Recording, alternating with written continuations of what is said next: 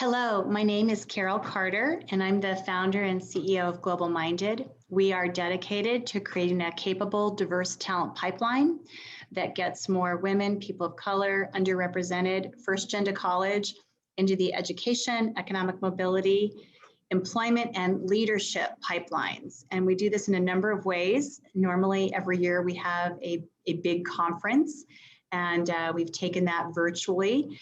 And now every month, as an offshoot of that, we have these equity team events, and they're called Courageous Conversations, Catalyzing Change. And in K-12, we're delighted to work with Dr. Paul Miller, who also works with Dr. Benna Kalik, Erica Tawani, and the other folks who you may have worked with the last few years on the K-12 leadership team.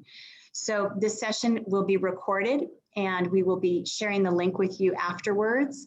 And we will be here again the third Thursday of every month. And next month, mark your calendars, it's International Month of Women.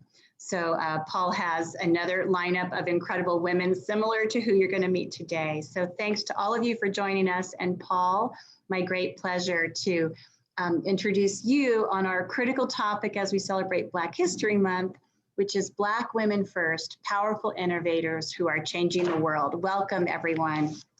Thank you, thank you.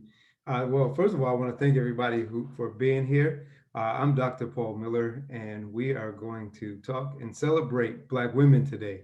I thought it was important, as it's Black History Month, that we celebrate Black women, especially with the thought of we now have our vice president, who is a Black woman. Made me think like we need to recognize some strong, independent sisters who are no nonsense, but also have the heart of lions and just heart of mothers as well. So what I would like to do is be able to let everyone introduce themselves in a minute. So I'm going to give you all about 60 seconds to introduce yourselves, tell us who you are, what you do, tell us why you're here.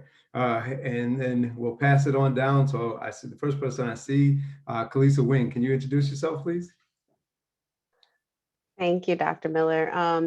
So my name is Kalisa Wing. I am a professional development specialist with the Department of Defense Education Activity for almost now 15 years. I am also a veteran of the United States Army. I served honorably and earned the rank of Staff Sergeant.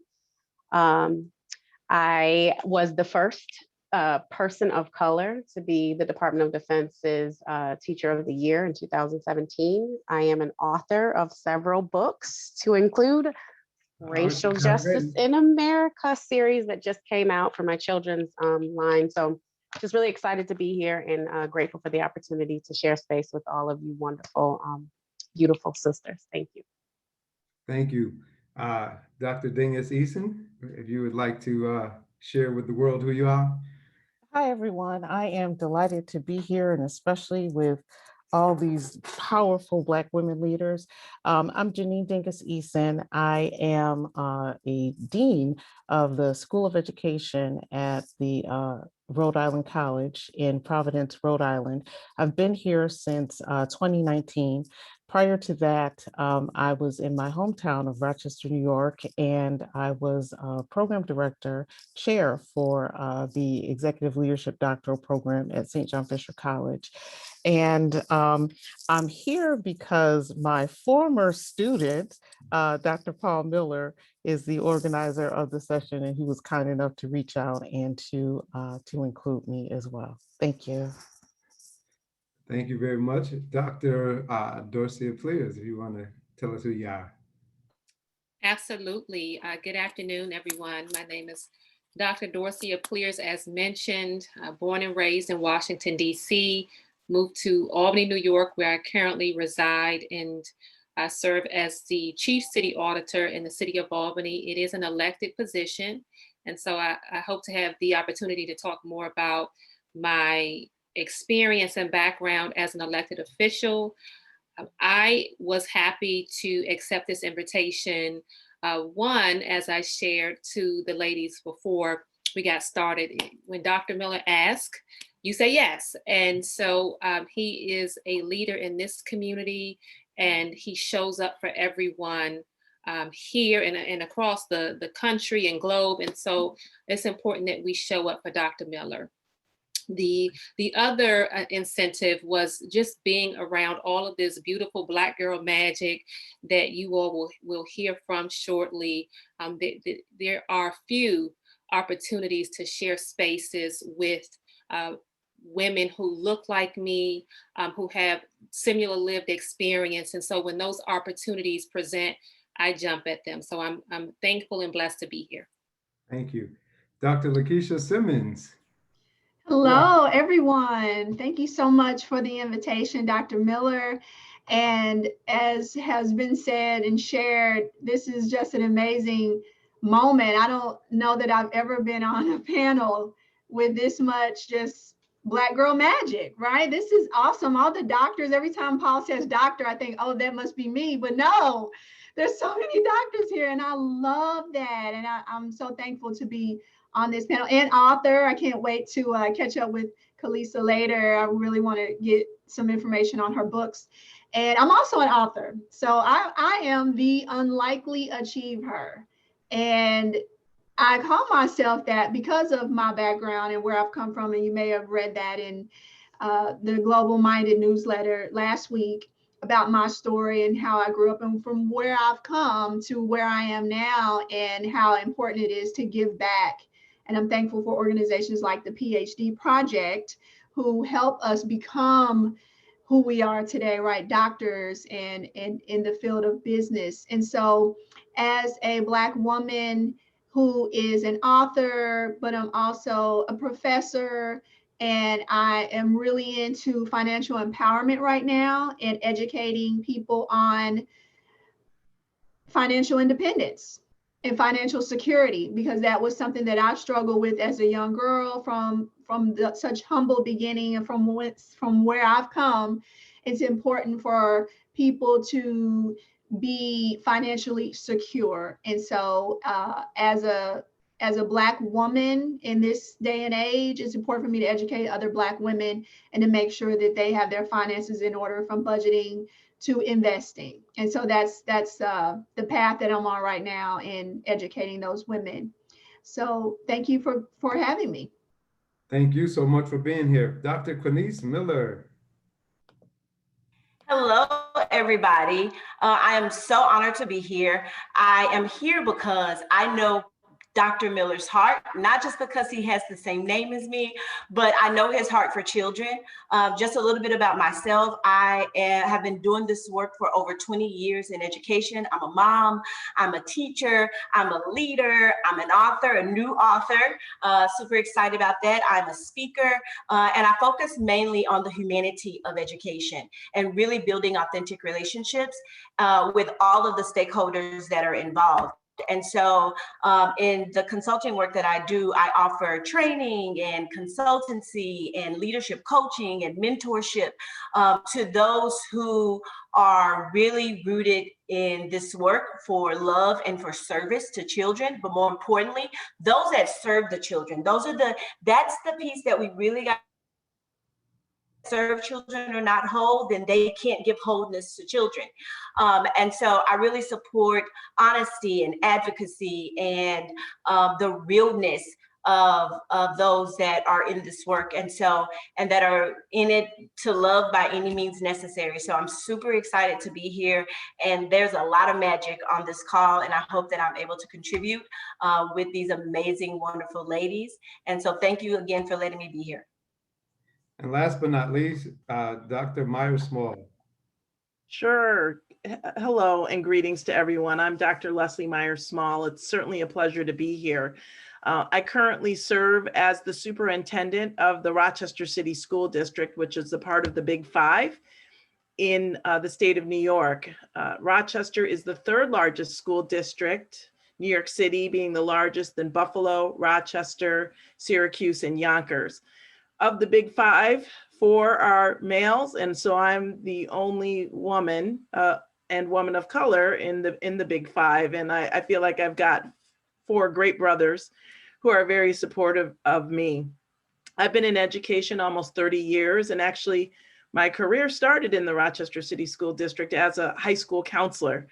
And so I feel like I've returned home to finish my career in a place where the students have been underserved for far too long.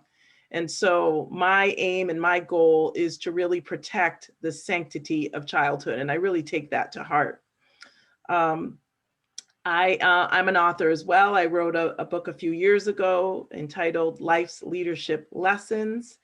And I'm actually working on a children's book about what it means to be a superintendent and some of the decisions that have been so difficult to make as of late, being in COVID-19.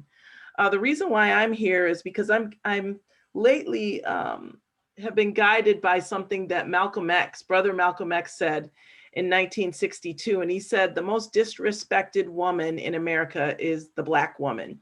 The most unprotected person in America is the Black woman, and the most neglected person in America is the Black woman. And he was really speaking to the condition of where Black women were in 1962, and he did that in Los Angeles. And so this is a time where there are many Black women who have amazing positions, and I'm so excited to see the vice president who looks like me. But when you go into spaces when you are the first, and I'm the first of many situations that I've been involved in, there is often hatred, envy, jealousy, and unfortunately thought about not being successful. So I'm here because there may be a woman who's watching who may say, you know what, I'm really struggling, and you need to know that you are not in this alone, and that you can make it, and that there's, to keep hope, to stay courageous, and to stay in the fight, because there are many people who are dependent upon the skills, talents, and abilities that you bring to the table. So stay in the fight. And I'm excited because my well has been low as of late. And so I'm looking forward to just being encouraged by the magic that I see on the screen. Well, thank you all. I think it's important that I'm gonna veer off topic for a second, because what I found is that it's based off of what you just said, Lesli, is that the Black woman isn't protected, and sometimes idolized, but in the wrong way. And it angers me and it upsets me, because as I think about it, and we should have hundreds of people on here watching. And so quite often when you're on Instagram or Facebook and you go by a post with someone exposing themselves inappropriately, it gets all these likes and all these views. And don't get me wrong, Black women are beautiful, but there's so much more to Black women than that. And so, it's almost offensive that with all these powerful women on here, that we don't have hundreds of people lined up to watch you all, because you guys are powerful, dynamic women, which you will show, and I'm sure we'll get thousands of views later. But again, I think as a community and as a society, we have to honor you all and respect you all for so much more than just being the beautiful creatures that you are. And I mean that with all love. With that being said, I'm going to ask my first question to Dr. Dingus. What makes Black women so magical? And you look at all the women on this call, and I didn't go into detail, but I mentioned being from Rochester, and growing up on the west side of Rochester is like many areas in this country, many urban areas in this country, a very, very challenged background. And I am what I would consider a community child, because there were so many people that ended up pouring into me. And I think what makes us magical is that we bring all of that to the table. We bring our ancestors with us to the table. We bring spirituality with us to the table. We bring elements of truth to the table. So that expression that says, listen to the Black women, people need to listen to the Black women. And I think part of it is with this whole piece of intersectionality. I am Black, I am a woman, I come from a lower class background, I come from this background, I have this level of education, all of these things combined to make us who we are. I think the magic with us too is that we can bring all of those things with us in our roles. So for example, I was driving down the road today and I was thinking about that wholeness. And I think it was Dr. Queinnise who mentioned trying to be whole. And my doctoral advisor always said, operate in this world with a semblance of yourself. So no matter where you are as a leader, you have to show up with wholeness. And so the magic for me that I bring is trying to bring my whole self to everything that I do in leadership. And that means, like I said, growing up in the hood. Well, back in the hood, you tried to make $1 out of 15 cents. And so I can guarantee you that almost every single female leader on this, every woman leader on this call, particularly with the context of our organizations now, is in that mindset. You know, we all have to figure out how to make $1 out of 15 cents. So I think we bring something very different and different perspectives, but we also bring a heart for service. And that advocacy is just, it's the crux of being a Black woman leader. So I think that's the Black woman leaders' magic that we bring. So what do you think, Dr. Simmons? Same question. What makes Black women magical?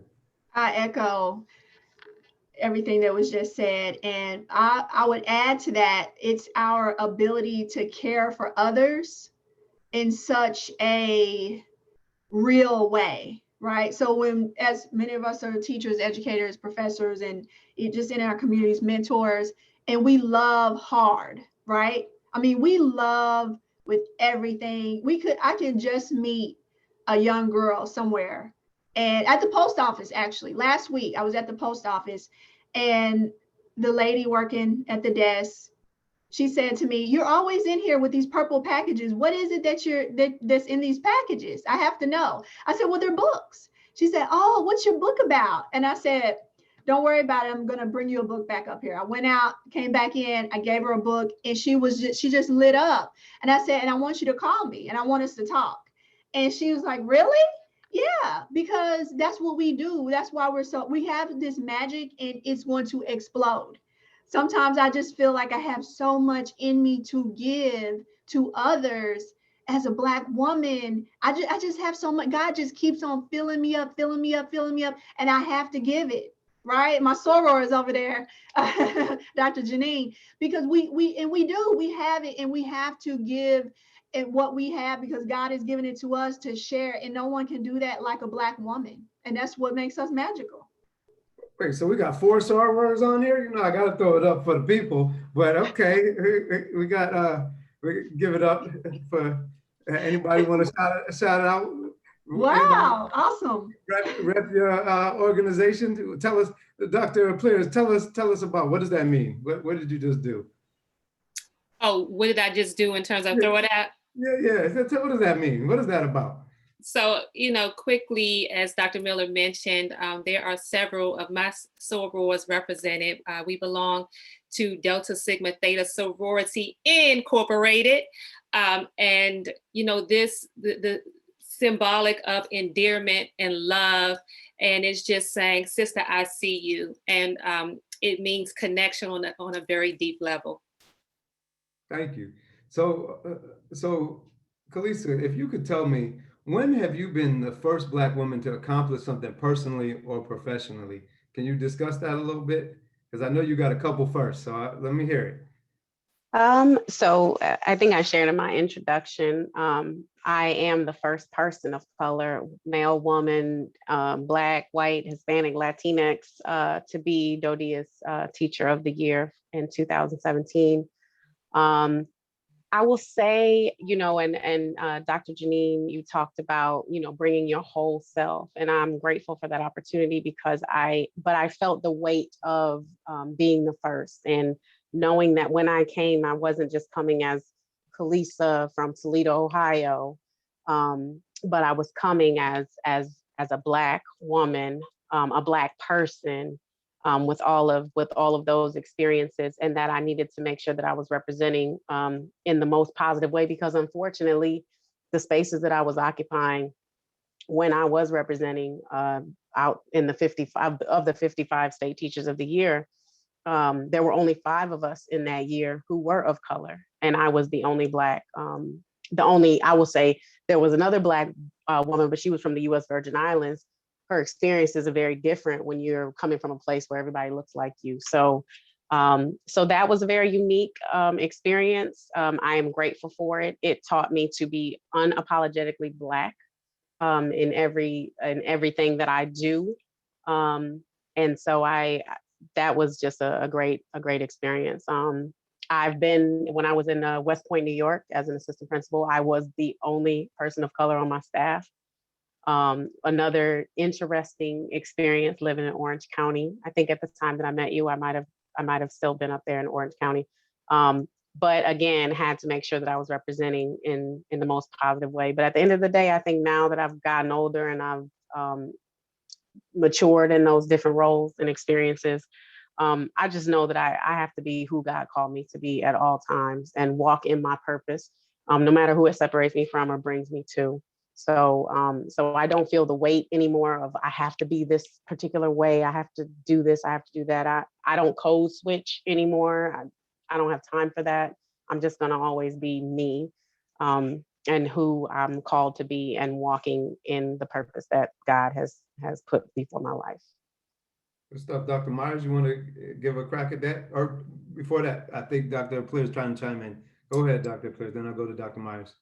And Dr. Miller, one thing that makes us so magical is that we create our own rules. And so if I may, I wanted to just add to the question about Black Girl Magic, if you don't mind. Go ahead. Because what popped into my mind was that image, that classic image of First Lady Michelle Obama and our new Vice President. And it was the look that started to go viral on social media, the look that they gave each other and the hand gesture. And that was a Black girl magic moment right there. And for many of us, we were able to look at that image and we knew all of what that meant. And it meant so many different things, but in particular, I see you, I'm with you. And I think in addition to what's already been said about what makes us so magical, whether it's being resourceful, learning from our mothers and grandmothers and great-grandmothers how to make $1 out of 15 cents, whether it is being communal, we for many of us, our communities raised us.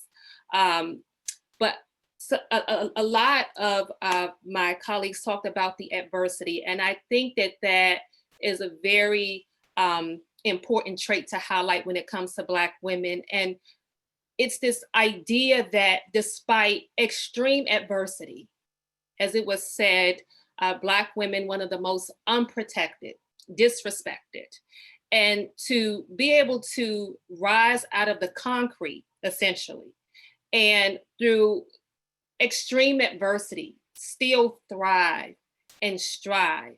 It speaks to our grit as Black women. And so personally, when I have the ability to hire, you can have all of the credentials and degrees in the world. You can have your degree from Harvard. Put that up against someone who has made it out of no way through extreme adversity. I am going to go with that individual, because for that individual to be able to make it out of their circumstances and still thrive and strive, that's the person that I want on my team. And that's the story. So for so many Black women and girls, the ability to strive and thrive. And so we bring that grit and tenacity and determination to everything that we do. And lastly, I'll say, when you are someone who has always been overlooked and people never see you, people mistreat you, you show up and you see people. You have empathy to treat them the way that you want to be treated. And I think that allows us as Black women to have care and compassion in ways that others can't, because we know what it means to be marginalized, looked over, and left out. That's good stuff. Now, I think this question is deep, and I moved on too quick. So I got to back up. Now, Dr. Myers, I want to hear about your first, because you have had some amazing firsts, because I've known you for a very long time and you have broken barriers that needs to be discussed. But let's stay on this Black Girl Magic for a second, and then we're gonna come back to that. So I'm gonna give each one of you a crack at it, and I'll go with Dr. Miller, and then Dr. Myers, I'm gonna ask you to talk about Black Girl Magic and your first, all at the same time. So Dr. Miller, can you give us Yes. Black Girl Magic? So definitely, I want to echo what a lot of my colleagues have said. Just as Black women, we are the true mothers of civilization.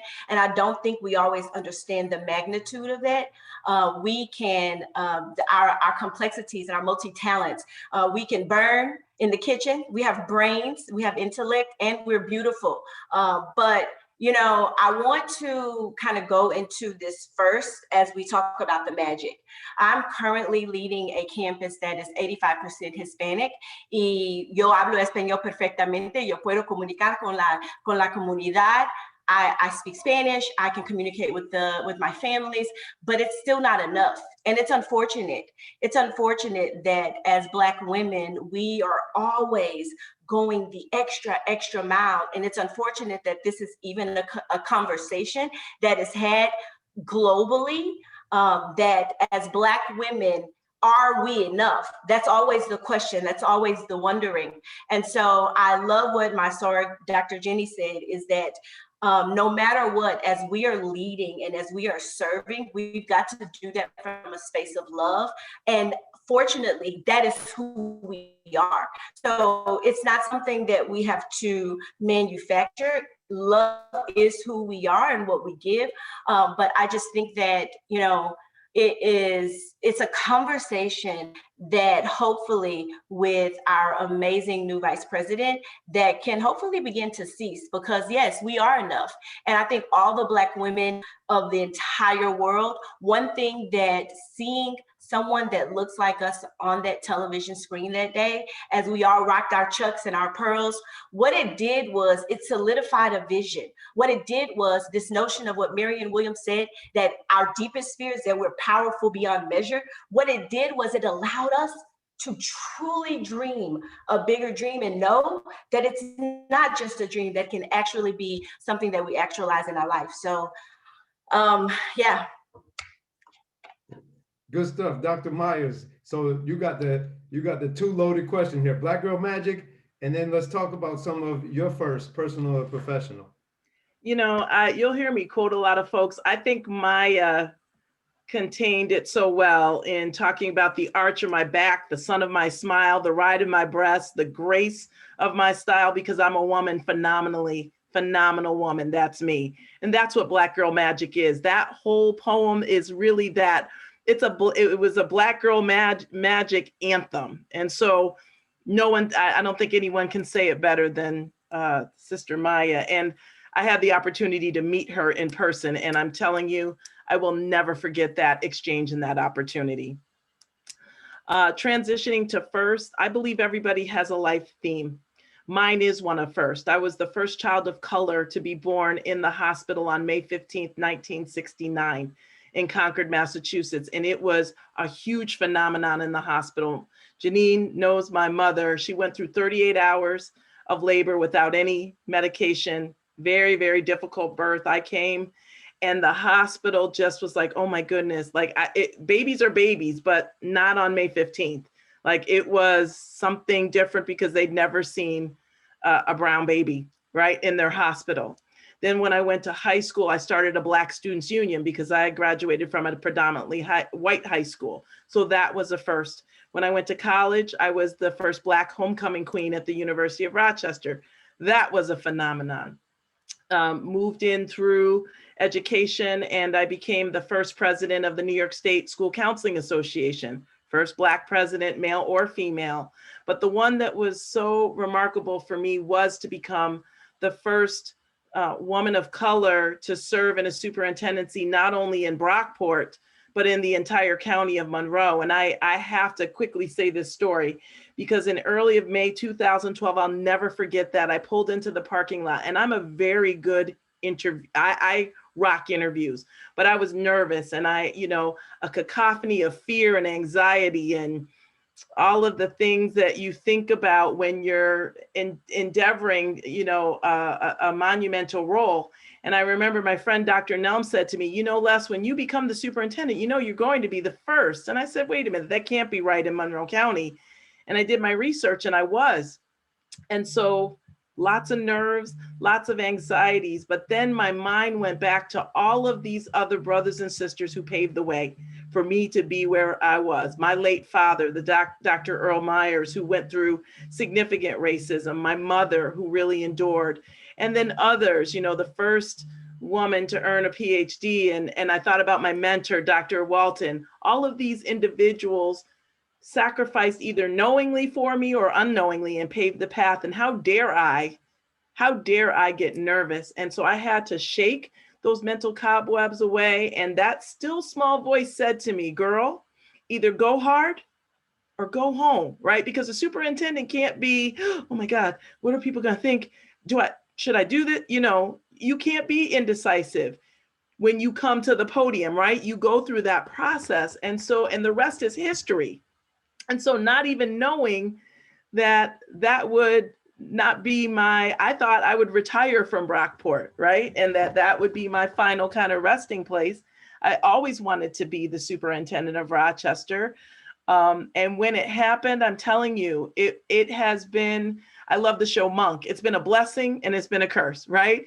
Because it's a blessing in that I get to make an impact, but I'll tell you, the hatred and the anger and the microaggressions that have been bestowed upon me, especially since I decided to reopen schools in a hybrid model, you would just not believe. The social media attacks that I have gotten have been horrible. I don't even look at a lot of it sometimes because it just drains my soul, right?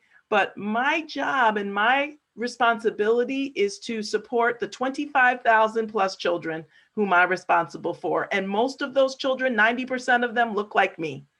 And so when we talk about representation matters, that's why being the first is so important, right? Because you are embarking on a journey that hasn't been trod by somebody who looks like you. And so when you're a pioneer, the road is not paved and beautiful and smooth, right?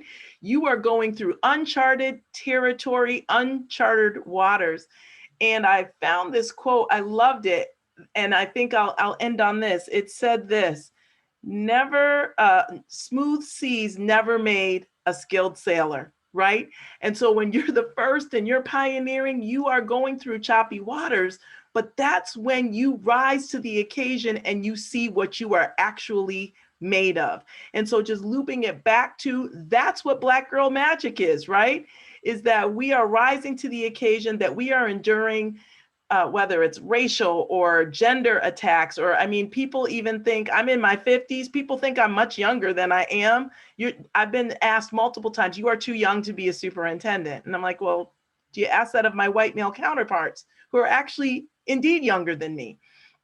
But yet we still rise and we continue to push. And so I count it an honor to have these first, because I know that there are little girls who are coming up behind me who are saying, you know what, one day I want to be a superintendent of schools. And that's what gives me joy and that's what keeps me going.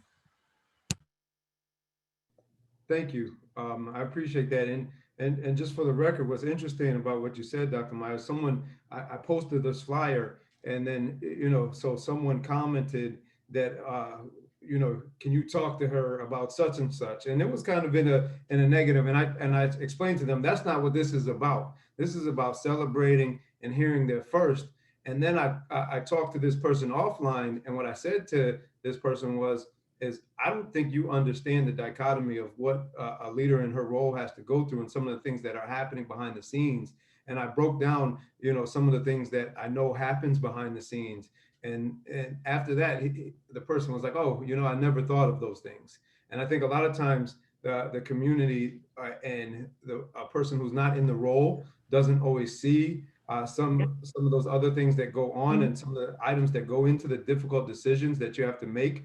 And just understanding that your heart is for the kids is what I would ask of people in your community, is to trust you. because you're from their community. You look like the kids, you care about the kids. You didn't have to come back there. It wasn't something you needed to do for a career move. You did it because you wanted to do it. Right. And so they might not understand every decision, but at least trust the person, especially being one of their own. So just kind of throwing that out in support of you and what I'm sure you're trying to do and the obstacles that you have to face. I'm going to throw another question out there. I'm going to go to Dr. Miller here. And so this is kind of along those lines. Can you dispel some of the negative things you've heard about you as a Black woman who's a leader? Because I think, you know, I'm sure you sisters get it hard. So the same way Dr. Myers is getting it, what have you heard about you, and dispel some of those myths? Tell them why it's not true. Oh my goodness. There's so many, unfortunately. I think the biggest one though is that we are angry. This whole angry Black woman stereotype. And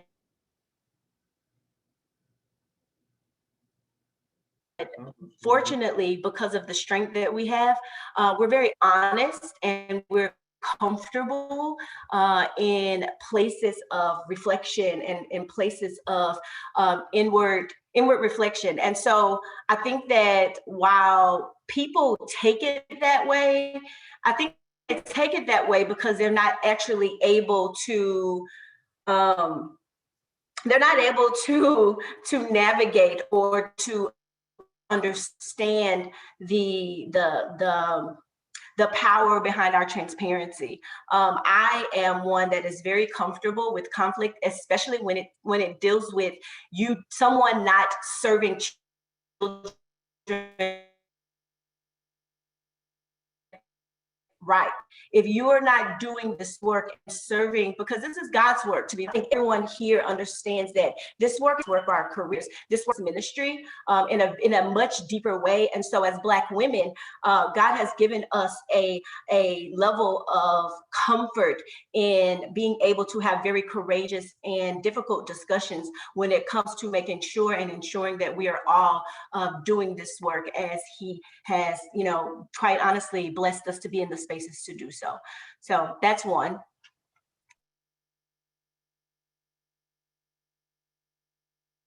I'm on mute. Anybody else want to take a crack at that question? Want to dispel some of the myths? This is the place. Let them have it. Tell them why it's not true. Go ahead, Dr. Simmons. I see you first. Diva. And so my sorors know sometimes we use that to our favor, right? Devastating and all. But in the workplace, it has been used in a very derogatory way against me. I'll never forget, when I had my second son, I was on the tenure track, even though my research was up there, over 40 scholarly works, right? So I'm on top of it, still doing service, birthing babies, the whole deal. And we were working on our schedule for the fall, and my department chair came to me with the schedule, and I had never taught at 8 o'clock in the morning, never.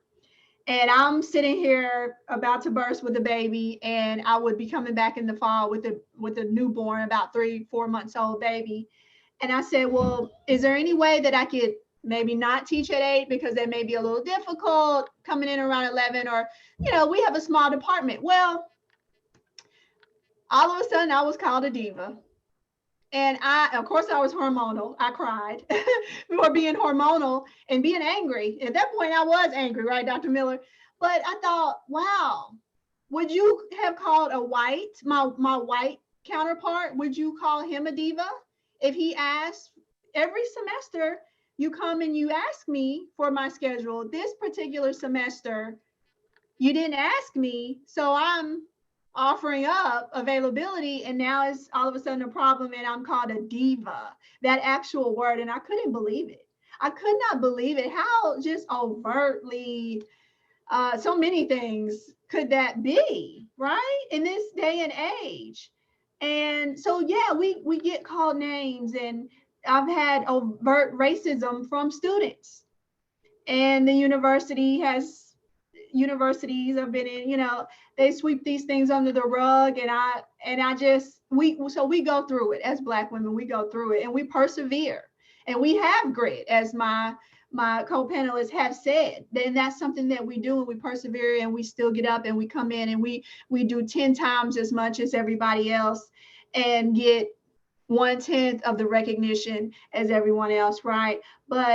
And that leads me to my first, Dr. Paul Miller, which was, I am the first Black tenured at Belmont in the analytics department.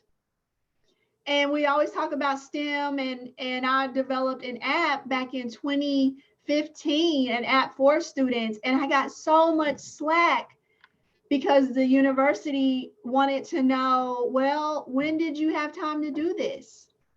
Was it with the university's computer? I had to have that conversation, and I thought, I'm a Black woman in STEM. This is what I do. I create, and I'm in tech. I'm breaking barriers around here. And you asking me, when did I have time to create it? What did I use a university computer? Instead of saying, wow, would you do that to my white counterpart? Would you ask my white counterpart, when did you have time to do this? Or would you say, wow, congrats, you did something to help our students, right? So I just wanted to share that, not to just talk about something negative, but think about the positive side of overcoming, and that tenacity and that grit, as has been said, and using it to go bigger and pave the way, right, for others who are coming behind me. That I won't be, as our VP said, I may be the first, but I will not be the last, right? So I was on the hiring committee that hired our first Black computer science major at the university, because I was able to sit on her search committee. If I would not have been there, right, that committee may not have ever given her a second chance, and I had to go to bat with her, for her. So we have to help pull others up. Even though we go through a lot and we're the first, we cannot be the last. Thank you. Now, Dr. Applyrs, now you are probably, and I say this with all sincerity, probably one of the nicest people I've ever met. Just like sincerely, just nice all of the time, just sweet between you and your husband, just great people. Just so there can't be people saying mean or nasty things about Dr. Applyrs. And so what are some of your first? And then let's dispel any myths, or just tell me it ain't so, because they're one of the nicest people that I've ever met. Thank you, Dr. Miller. I appreciate that sentiment. First, I was the first Black woman first Black person to serve as councilwoman over the first ward in the city of Albany, and currently the first Black chief city auditor in the city of Albany. And I will say, in our city's long history, we've only had one female mayor, and she currently serves as the mayor, but we've never had a person of color as mayor in this city. And so to have the opportunity to work alongside our mayor and to even have a presence in City Hall means a great deal. And I often have individuals, whether it's some of our janitors who come in and they just say, we appreciate seeing your face. To have a person of color in a leadership role in City Hall means a lot. And so I don't take that lightly or for granted. I wish I could say that people don't have nasty and mean things to say, but that is far from the truth. And as an elected official, as a public servant, you get called every name in the book because people think that they own you with their votes. And there are times I have had to say to constituents, you will not be disrespectful to me. You can say whatever you want on social media, but you will not email me or talk to me directly disrespectfully, because I don't have to accept that, and I will not accept that, vote or not. And so I do catch a lot of heat, one, being a woman in politics, and then being a Black woman in politics. One of the stereotypes is that Black women don't get along. We can't work together. crabs in a barrel. And while there are some elements of at times in which some of us can't get along, and I just think that's human nature. But when you look at the totality of Black women and the camaraderie, when it's time to come together, we come together. And so when we look at some of these Black businesses that are thriving in our community, they're not thriving because someone from the outside is coming in to support them. They are thriving because Black women in the community support them, and Black men too. And as well as my soror colleague just talked about, we go to bat oftentimes when we are the only ones at the table, and there's a responsibility to bring others with us. And that responsibility comes with rolling up your sleeves and going to war for other people and candidates who look like you, again, that other people just don't see. They don't see their talents, they don't see their gifts, and are quick to write them off for minor details. And so I will say my experience has been with Black women. Some of my strongest supporters are Black women. Some of the ones who are quick to throw a fundraiser for me have been Black women. When I have been under attack, those who have come to my side, girl, I got you, have been Black women. And so I want to dispel that myth that we don't get along and that we can't work together, because we do it all the time. So now, with all this amazingness, I'm going to direct this one to Dr. Dingus and Ms. Wing. What would you guys tell your little Black girl self if you wanted to give your little Black girl self some advice? Because there might be other little Black girls who are watching out there. And if you could help them avoid some type of pitfalls because of some advice that you might give, ladies, what would that type of advice be? What would you tell your little girl self? Kalisa, you want to go ahead first? Sure. I think first and foremost, I think I put something in the chat earlier, that as a little girl, when we were living in a primarily white neighborhood before I moved to the inner city, I used to hear things like, you're pretty for a Black girl, or you're smart for a Black girl, or you're so well spoken for a Black girl. So all of those for a Black girl things that kind of weigh on you. I would tell our young queens that they are enough just as they are and as they show up. And I think moving to the inner city and then going to school in the hood and being overly policed and witnessing, the traumatic implications of the school to prison pipeline, especially for our girls of color, who are really, especially our brown, darker hued girls of color. And I think another thing I tell our young queens, like just be who you are and not who you're not. That, you don't have to, I remember one of my favorite teachers used to tell me, just because you live in the hood doesn't mean you have to be the hood. You can be whatever you want to be. There's nothing that can stop you. So those are some of the things that I would tell my young queens. And at the end of the day, I also would encourage unapologetic is just my thing. And we walk around with so much double consciousness and cognitive dissonance as Black people, but also as Black women. We know what our Black brothers are saying about us, or how they're talking about us. Somebody said, how can we support our Black women? Don't just be my ally, be my accomplice. An accomplice is going to take the crime with me. And the ally is going to tell you after the fact, they shouldn't have said that. The accomplice is going to speak up and say, no, this isn't right, or this is what we need to do. And so I think just owning and knowing who you are. Dr. Dorcey said, that myth of we don't get along. Myself and my girlfriend, Dr. Tanya Holmes and Tanya Hill, created Woke Ed Chat for that very reason, the Women of Color in Education Chat, because we wanted to create a safe and brave space for Black and brown women.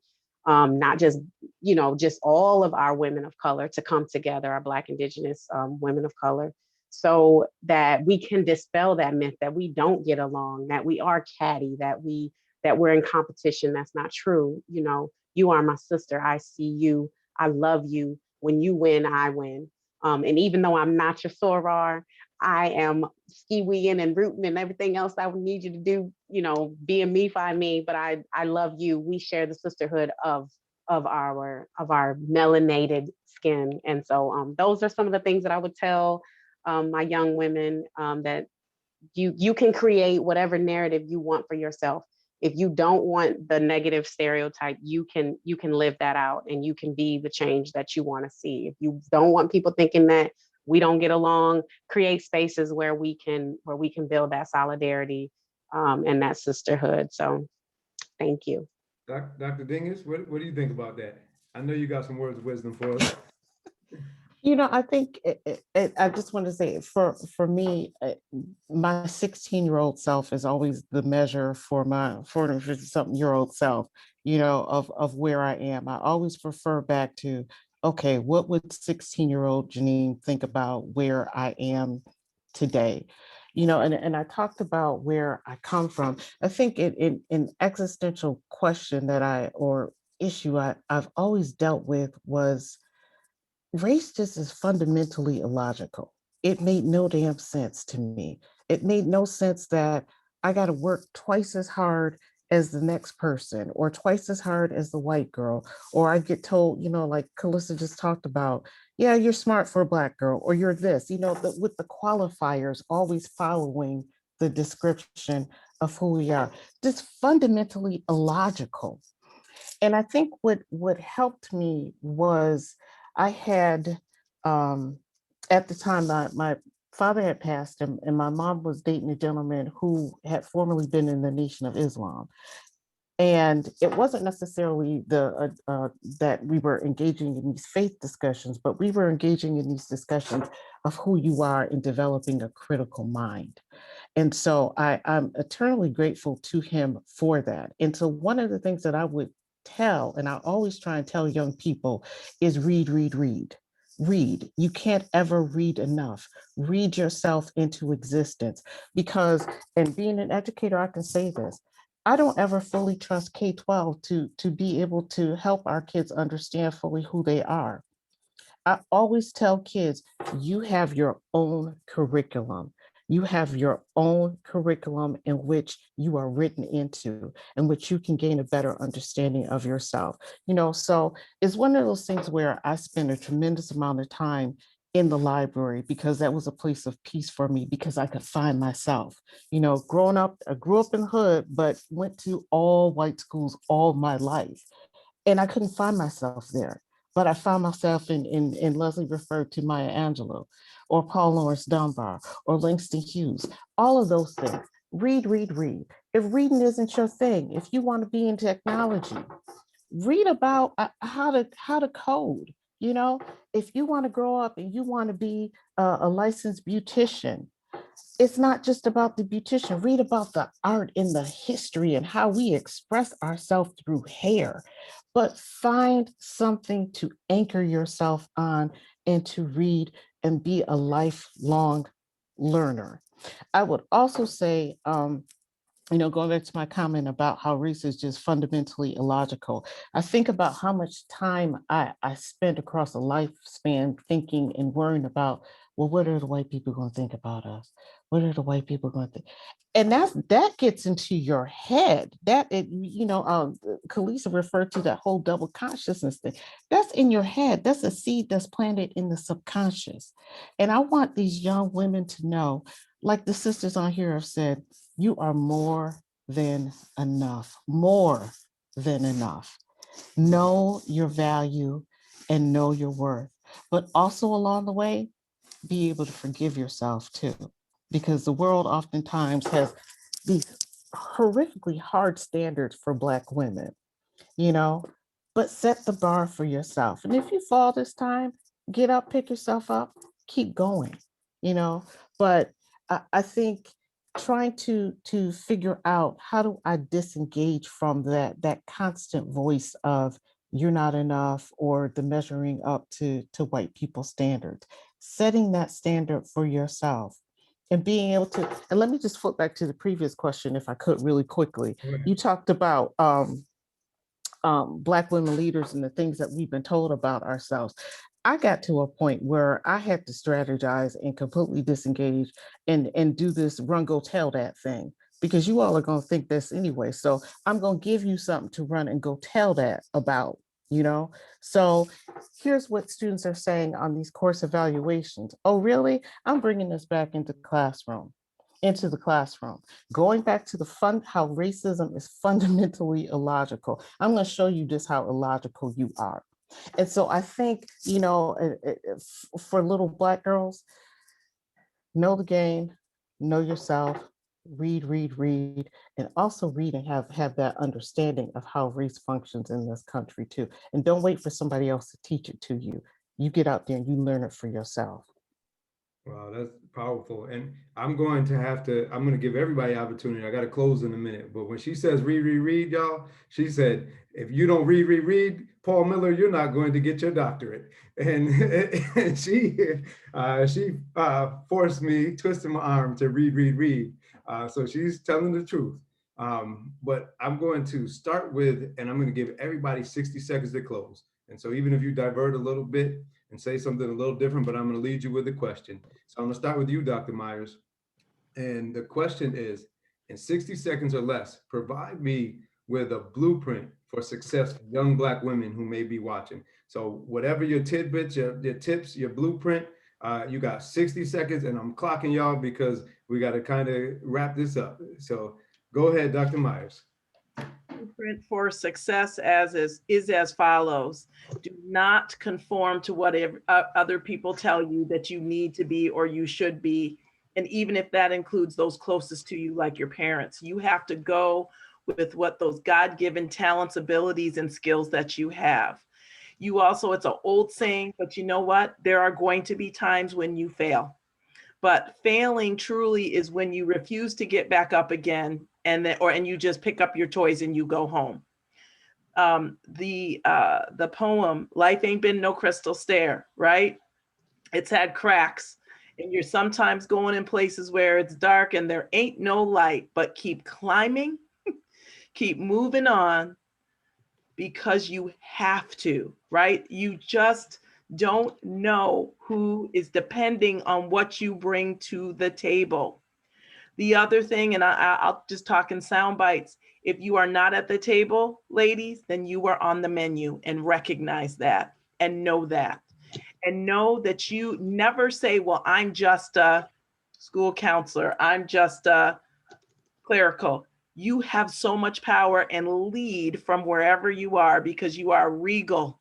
You are from a royal priesthood. You come from ancestors that walked the earth and ruled with power and with authority. And know that indeed that you are good enough. And every morning that you get up, look in the morning and speak positive affirmations over yourself. And talk and speak. I believe in speaking things into existence. So if I sat my whole life and said, I will never be Dr. Myers Small, I will never be a wife. And there were times that I did say those things. I overheard, I didn't get married until I was 49 years old for the very first time. And I married the love of my life, right? So take your time. Don't feel like you have to fit into what other people craft for you. You have your own purposeful destiny and walk in the footsteps that have been ordered specifically for you. Thank you. Dr. Queinnise Miller, your turn. Give me your blueprint for young Black women, 60 seconds. Listen, Dr. Myers just gives me life. I'm just like here, like I can just listen the whole time. Okay, a few things. So the first thing is, I remember when I went natural and my mother was like, what are you going to do? You're not going to get a job. No one's going to hire you with that nappy hair.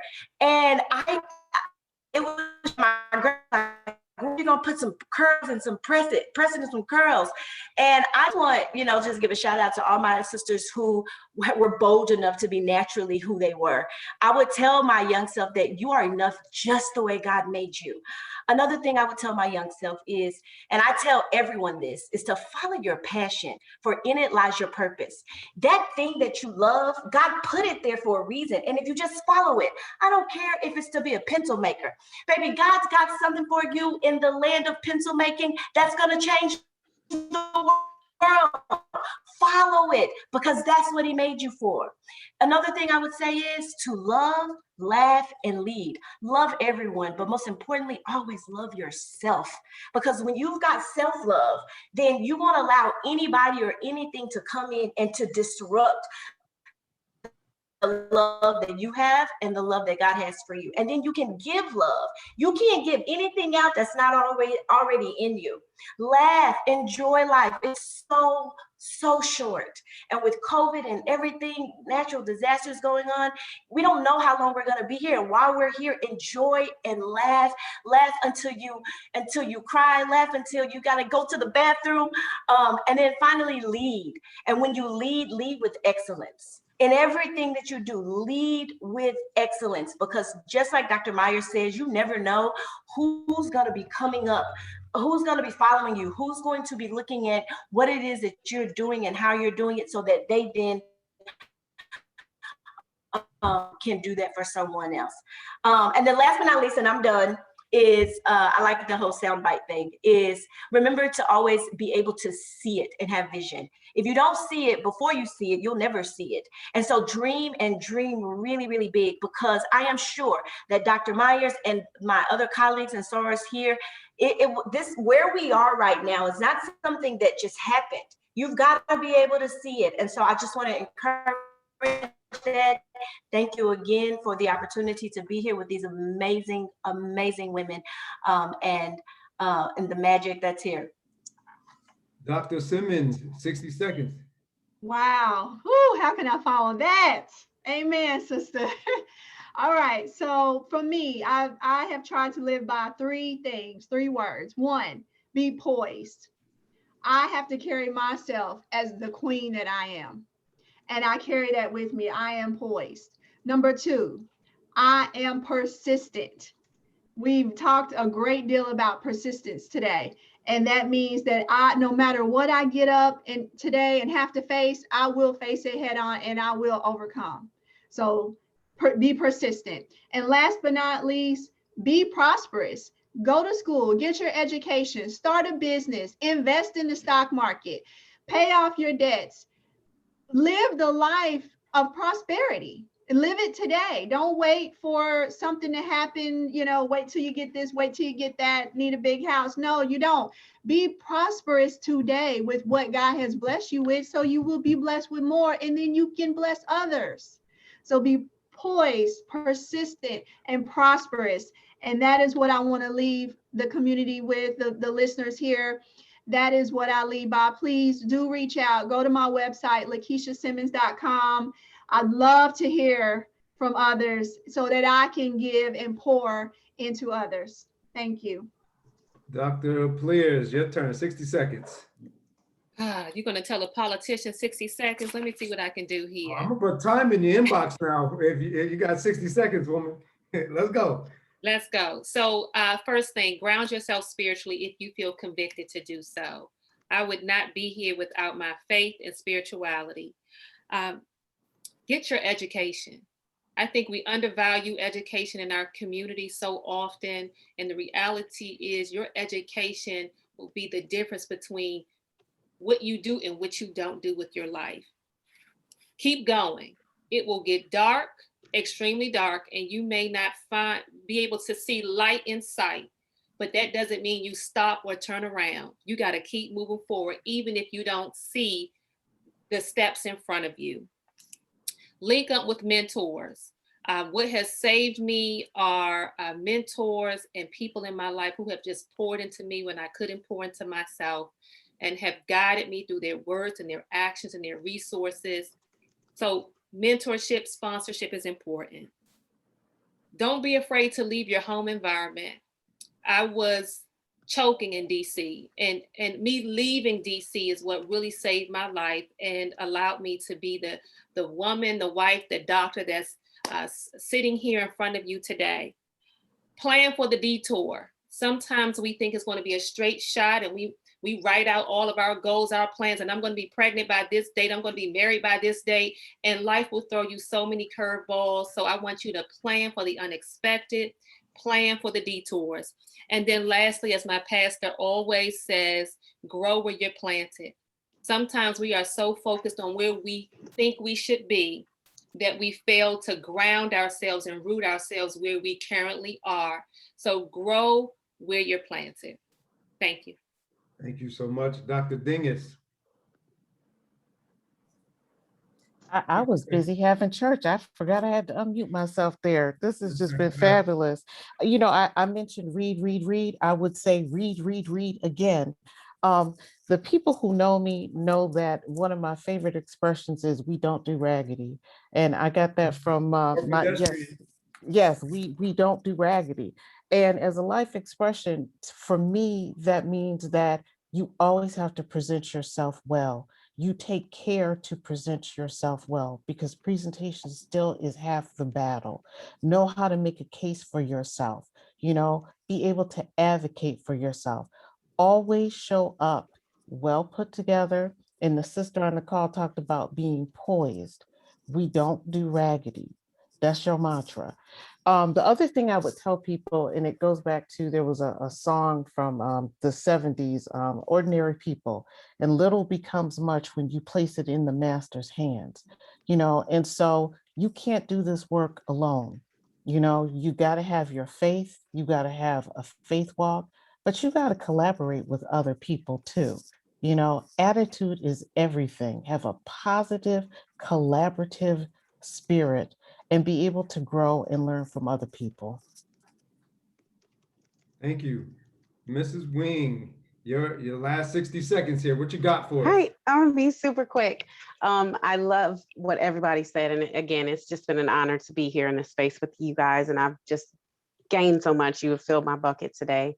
I think in the word, what Dr. Dorcey said, you have to be able to go to grow.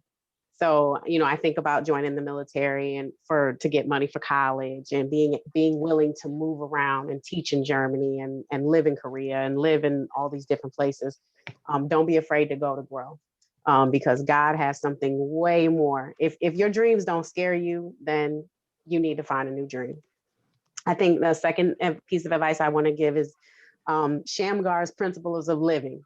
Check it out in Judges. You got to use what you got. You know, don't wait for somebody to give you something. Use what you got, do what you can, and start where you are. So don't wait for a sweeping policy change or funding or this or that. You can make change within your sphere of influence for whatever you want to do. And as long as you change one person's mind or heart, you have changed the world, because they see the world as they see it. The other thing is Matthew 6:33. Seek first the kingdom of God, and all these things will be added unto you. Two more things. I wanted to tell you that if you can't change the state you're in, change the state you're in. I said in the chat, you can will yourself to feel however you want, and you have the power of life and death in your tongue. And so you can speak those things that be not as though they are. Whether you believe it, eventually it will come to fruition. So I want you to have faith. And last but not least, just as Dr. Jeannine said, you need people, but I want to encourage you, don't just seek out the people who you like, because if you want to stay in like, you're going to remain in lack. Because many times the people who have what you need are the people who you wouldn't even connect yourself with, but you got to see the covenant connection in there. And just as the Bible says, and I know this isn't super popular right now with cancel culture, we got to stop not talking to people who have a diversity or divergent thinking than us. Even Jesus sat down at the table with the prostitutes and the tax collectors. So we got to get out of that, because the only way we're going to be able to get to where we need to be in this world is to be in unity. We got to stop this divisiveness and stay focused on the purpose of why we really are here. And that is to make sure that we are loving as Christ loved us, and loving our neighbor and loving God. So thank you so much for this opportunity. So, you know, I would like to say thank you to you all, you amazing, talented smart, just so many adjectives that I could describe you all with. They're just powerful Black women. We celebrate you, we honor you. It was an honor and a privilege to call you colleagues and friends and bring you all together here on this panel. I believe from the comments that people want more. They want to hear more of you guys because you guys have been inspiring. Again, it's a privilege to know you all and to have you here in this space. I just encourage people to listen and learn from these women here because they really have a blueprint for success. On top of that, if you really like what you're seeing, come back and see us again next month, March 18th. We will be here again at 4 o'clock, March 18th, and we will have another panel that will be amazing as well. I'm going to turn it over to Carol, and thank you, Carol, for having the vision to help us get all this together. Well, you guys are amazing. And I just want to say that Lisa Neal Graves is on here, and she's one of your sorority sisters, and she works with us, and she's just incredible. And I can't wait for you guys to meet her. I wrote her and I was like, I can't wait till we're all live with each other because it just is going to be so much fun. So, and I know we feel that way about everybody who joined. And my hope for this session, it was so amazing, is I hope like hundreds of and thousands of mothers will watch this with their daughters and dads with their daughters. And I just feel like, you know, the Black magic of you guys is that we all need a lot more of what you guys have. Everybody in the world does. And we can all learn from each other. So I just feel so honored to be among you guys.